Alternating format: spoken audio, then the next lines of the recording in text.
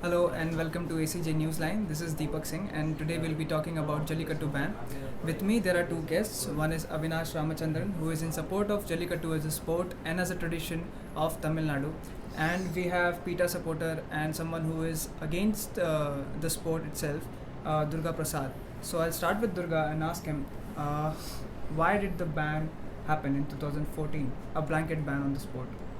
like it was going on from 2006 and Jallikattu was banned completely on 2014 because Supreme Court saw that the Jallikattu was like cruelty to the animals. It like in the violation of Prevention of Cruelty Act 1960. Sorry, Prevention of Cruelty Against Animals Act 1960. So there is like some practices like force feeding of alcohol to the bulls, and like they like bite the tails, like cut off the ear. This is like the outrage against animals. So like Supreme Court saw to the fact that these are like affecting the basic rights of an animal to live as a animal, and so Supreme Court banned Jallikattu. What is your take on the ban and obviously the allegations and of PETA that yes there have been atrocities being done on the animal?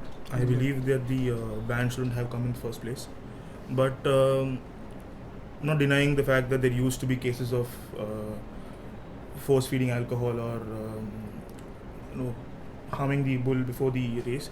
But that's when Tamil Nadu government stepped in and said these are a few regulations. You follow it. You have vets before and after the event. You have got televised recordings of it, and so they've had stringent regulations to ensure nothing harmful happens to the animal or the people playing the sport. And the whole ban by the Supreme Court started not because of the fact that just cruelty to animals. It became once when in the list of performing animals in 2011 when then Environment Minister Jairam Ramesh added bulls to the performing animals list, and those animals were basically circus animals. You had panthers, tigers, dogs, and a couple of more. So once when bulls were added to that list, that's when PETA moved to the court and said, since it's a performing animal, it's not a performing animal anymore. You cannot use this as the 2009 Act is not valid anymore. The Tamil Nadu Regulations of Jallikattu Act. Okay. So that's when the ban came into force, and then we've been trying to say that it's not a performing animal. It's something which is Jallikattu is not just a symbol of Tamil pride. It's also to save the native breeds. And if you have noticed over the years, around 100 odd breeds from India in India has been extinct. So we just have 37 remaining native breeds in India. So this is a event to ensure that native breeds doesn't die off. So where can we find these reports that you say hundreds of breeds? It's online. It's on the census. On census. Yes, it is. Okay. I want to add on the about native breeds. Like if they want to like save the native breed, they can like have a law. Okay, having a law, by having a law having an organization like farmers association, something like seeing the animals, like government interfering with like save it much will be more effective than like having Jallikattu.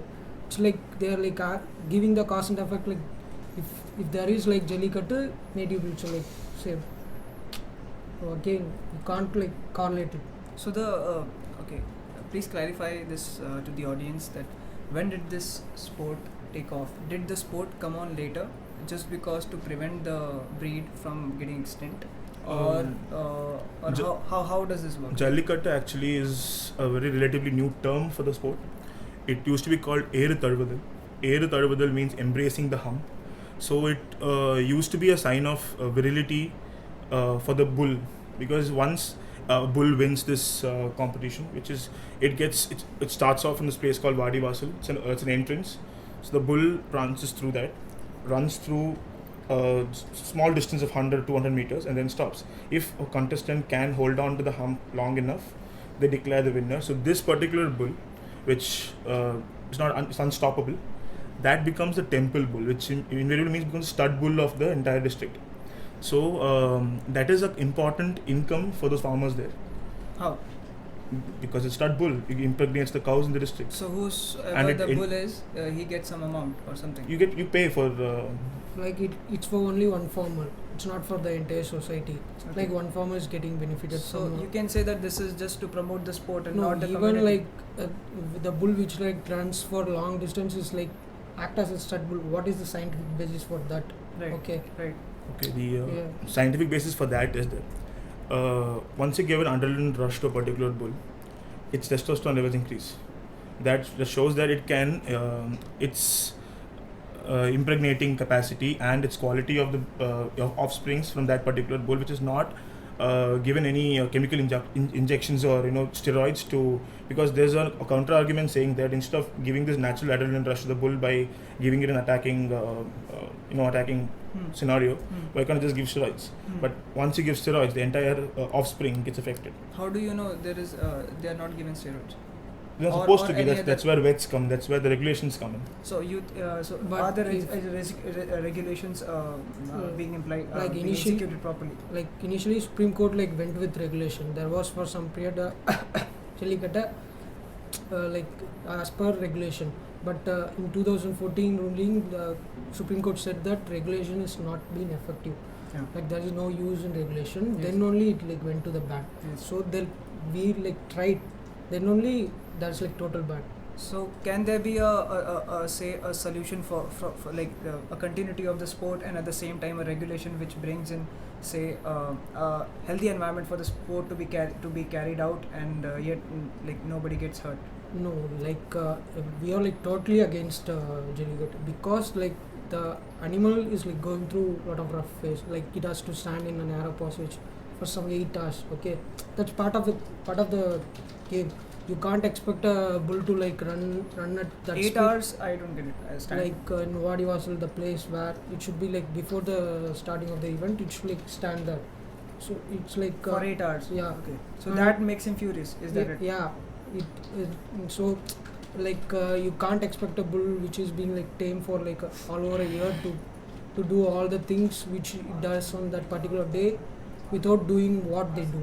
Okay, so if they can like do it without affecting our sentiments and affecting the animal, then they can do. But how Exactly, we'll have that- stringent regulations. So this does seem to be some a very unnatural way to get the bull furious. Same thing with any sport. Like 1 year, 2 years, the sport is not played. Yeah, but that does not give the right. That's to, why we say we have yeah. stringent regulations. Make it more possible. Just because the regulations are not followed, you ban something. So in that case, many laws in India should be banned. Okay. So yes, I guess that did help us and in the understanding of Jallikattu. Hope to see you soon. Thank you.